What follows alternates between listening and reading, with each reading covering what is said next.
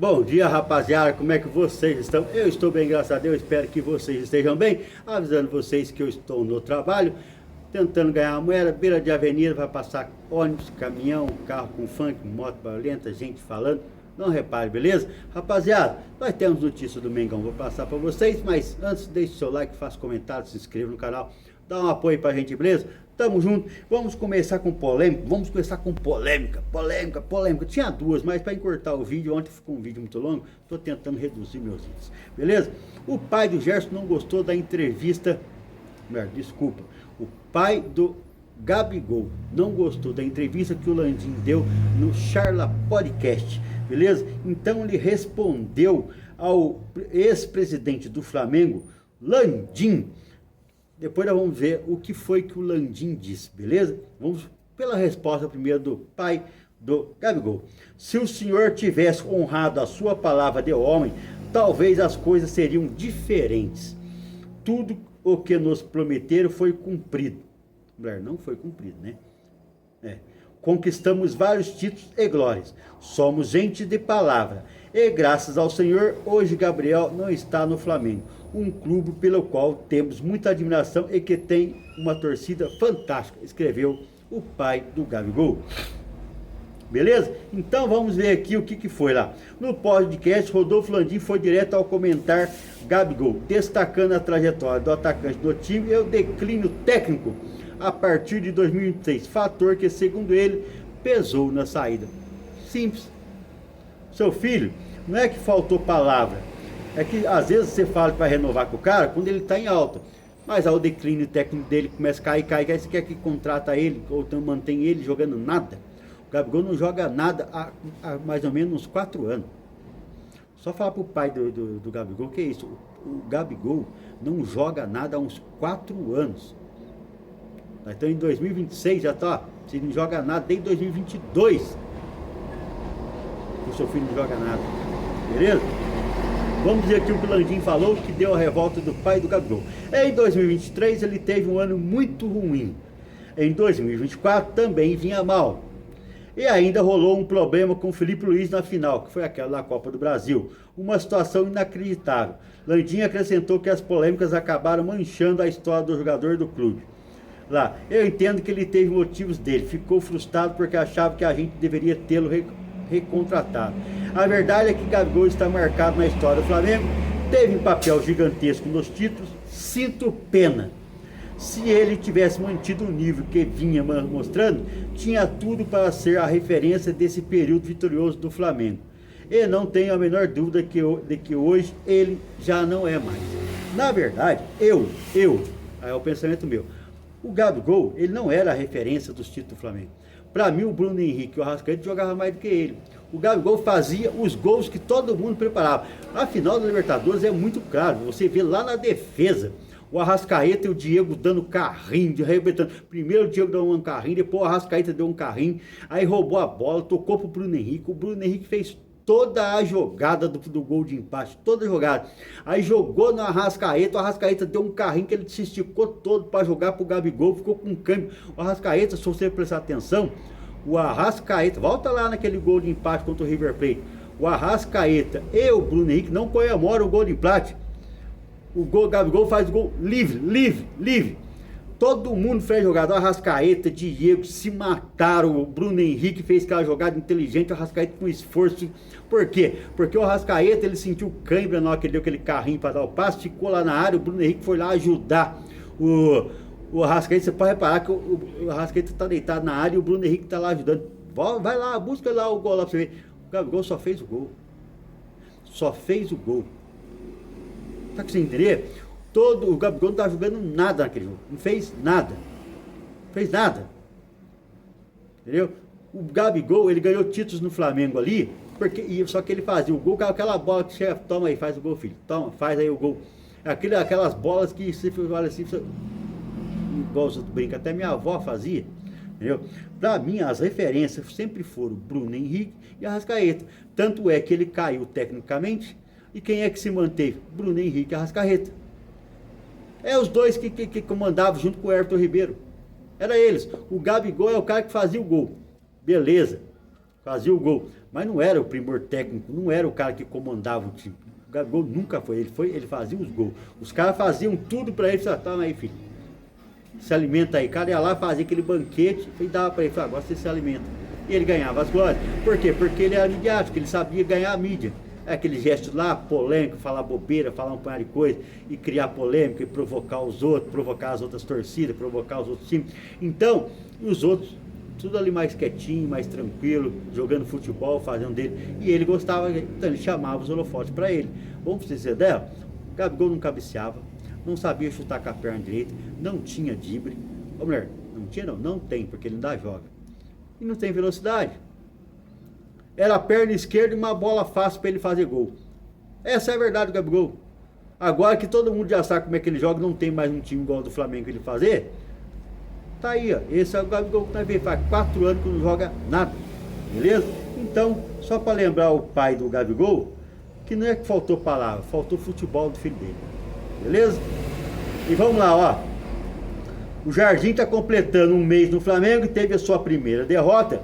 Beleza? E já está enfrentando cobranças.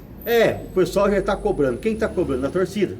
A torcida já começou a cobrar o Leonardo Jardim pelas performances do Flamengo, que teve, estão falando 10 dias, mas pelas contas, antes dele dar folga, ele teve 12 dias para treinar. Então ele não conseguiu montar, e ele jogou com os caras que ele treinou, porque os que estavam lá com ele não treinou. Ele entrou com os caras que ele ficou lá o tempo todo treinando, reforçando o pensamento dele. E foi aquela coisa horrorosa que foi contra o Bragantino. Ficou o tempo todo treinando lá, preparação física. E quando chegou no jogo foi aquela coisa horrorosa. Horrorosa.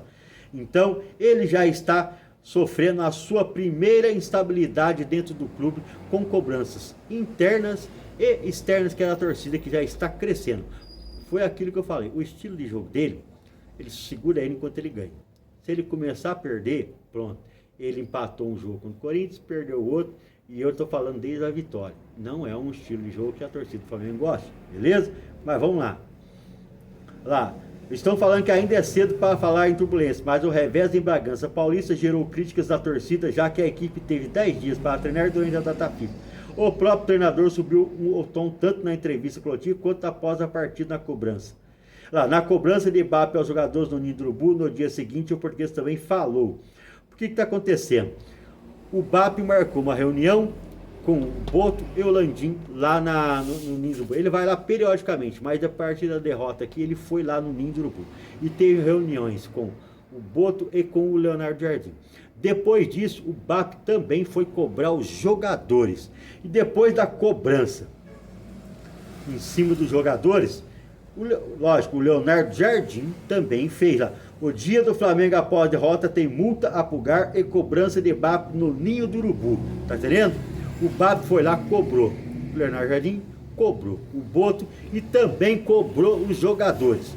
O Leonardo Jardim também foi dentro do Ninho do Urubu lá, juntou os jogadores e cobrou. E logo depois disso tudo, deixaram os jogadores e os próprios jogadores em uma reunião lá, se cobraram e falaram que todos têm que avaliar os seus erros e todos têm que se cobrar e que o Flamengo não pode perder da forma que perdeu. Não é que o Flamengo não pode perder, é perder da forma que perdeu. Entendeu? Essa é a questão. Não é só perder, não pode perder. Pode. Como vai perder? Uma forma vexaminosa, vergonhosa? Não pode, entendeu? Então essas foram as cobranças. O Pulgar foi multado no seu salário, reconheceu que poderia ter evitado a expulsão, que perdeu a cabeça, foi cobrado por isso não só pela diretoria, no caso o BAP, pelo técnico, como também pelos jogadores. Então o clima, o Leonardo Jardim está começando a ver o que é Flamengo. Está começando a ver o que é o tamanho do Flamengo. Vamos ver se ele vai suportar essa pressão, porque nem todo mundo fica satisfeito. Mas ele tem uma garantia, ó. Leonardo Jardim ganha status de intocável no Flamengo após postura surpreendente com o Mbappé. Eu não estou entendendo, cara. O que foi que ele disse? Ele simplesmente foi chamado lá, ó. O técnico Leonardo Jardim parece ter conquistado de vez a confiança total da ala da cúpula do Flamengo. Beleza?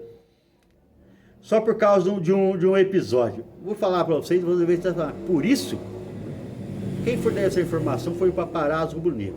Mas, beleza.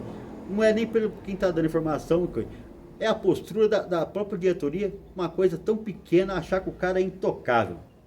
Lá, a relação está tão fortalecida que o clima interno no ninho do urubu é de blindagem total ao comandante. De acordo com o paparazzo, a frase que circula nos corredores do clube é enfática. É mais fácil sair jogador ou haver uma reformulação do elenco do que sair o Leonardo Jardim. E por que isso? Olha lá, a resposta que ganhou a diretoria. O motivo de tanto entusiasmo foi uma atitude de Jardim durante uma reunião de planejamento.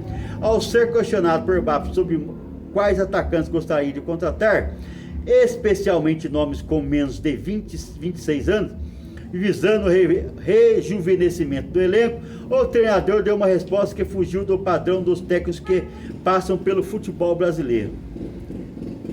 Leonardo Jardim afirmou que não cabe ao treinador escolher jogadores, mas sim ao clube, através do seu departamento de scout e diretoria. Eu não tenho que escolher jogador, vocês têm o scout, tem toda uma equipe para isso. Eu posso sair daqui a alguns meses, posso não estar aqui o ano que vem. O jogador é do clube, não é do técnico, teria dito Jardim, segundo o paparazzo rubro-negro. Aí isso aí, nossa, regalou os olhos do Landim, do BAP. Pô, tá de sacanagem? Isso aí até eu aqui sei, o jogador é do Flamengo, quem tem que contratar pensando no clube é o coisa. Olha o Felipe Luiz, saiu, ganhou tudo ano passado, já saiu no começo, nós tivemos todos os últimos anos aí, a gente começa com um técnico, no meio do ano já é outro, no final do ano já é outro. Os jogadores fazem contrato de 4 anos, 3 anos, 5 anos. Eu acho que isso aqui, cara, foi só para falar assim, o Leonardo Jardim não está correndo risco, tá? Porque isso aí é uma coisa óbvia. Não era nem para ser notícia. Vamos ser sinceros, isso não era nem para ser notícia. Se for verdade que o BAP se impressionou com uma resposta dessa, aí nós estamos no sal, irmão. Aí nós estamos no sal com o presidente nosso. Se ele se impressionou com uma resposta dessa. Ó, e onde nós vamos assistir? Flamengo e Santos. Flamengo e Santos se enfrentam nesse domingo às 17 horas. Olha lá, vai ser na TV aberta Globo, no Pay-Per-View Premier e no stream GE TV e Globoplay. Tá aí a moto e carro de funk, beleza? Então vai dar para assistir no YouTube, na Globo e no Premier. Tá ok, rapaziada? E que horas que vai começar? O Santos às 17 horas e 30 minutos começa. Flamengo e Santos no Maracanã. E o Flamengo precisa vencer, porque está ficando muito distante dos primeiros colocados. Ó, e o Flamengo vai entrar com Rossi, Varela, Léo Ortiz, Léo Pereira e Ayrton Lucas. Everton Araújo, Jorginho, Arrascaeta ou Lucas Paquetá. Carrascal ou Luiz Araújo, Samuel Lino e Pedro. Eu estou estranhando que o Cebolinha não está entrando de forma alguma nos jogos com o Leonardo Jardim. Está sumidão, não é titular. Ó, e vou passar aqui para vocês a tabela, só para relembrar, para a gente tem que ficar toda hora relembrando. O Palmeiras tem 22 pontos já em 9 jogos. Aí vem o Fluminense, que já tem 19 em 9 jogos. O Bahia tem 17 em 8 jogos, pode chegar a 20 com 9 jogos. Aí vem o São Paulo com 17, já com 9 jogos. O Atlético Paranaense com 16, também já com 9 jogos. E depois, em sexto, vem o Flamengo com 14 pontos apenas. Tudo bem que tem 8 jogos. Só que se o Flamengo talvez vencer o jogo dele, ele chegaria apenas a 17 pontos, no máximo que ele poderia atingir era a terceira colocação e ainda ficaria a 5 pontos do Palmeiras, que é o primeiro colocado, tá ok? Então, o Flamengo não está bem na tabela e os jogos de hoje, se você quiser acompanhar os jogos de hoje vamos ter o quê? Hoje temos São Paulo e Cruzeiro às 18 horas e 30 minutos e temos no Couto Pereira Coritiba e Fluminense às 20 horas e 30 minutos. E também temos o Vasco e Botafogo às 21 horas. Beleza? Então é isso aí, rapaziada. Deixe seu like, faça comentário, se inscreva no canal, dá um apoio aí pra gente, beleza? Não esqueça de deixar o seu like para que o YouTube recomende nosso vídeo para outras pessoas. Tamo junto. E mais, amanhã nós voltamos com um vídeo logo cedo falando do Flamengo. E quem sabe voltamos com um jogo, uma boa notícia depois do jogo Flamengo e Santos. fazendo um vídeo sobre a vitória do Mengão, beleza? Tamo junto, até mais, um bom final de semana.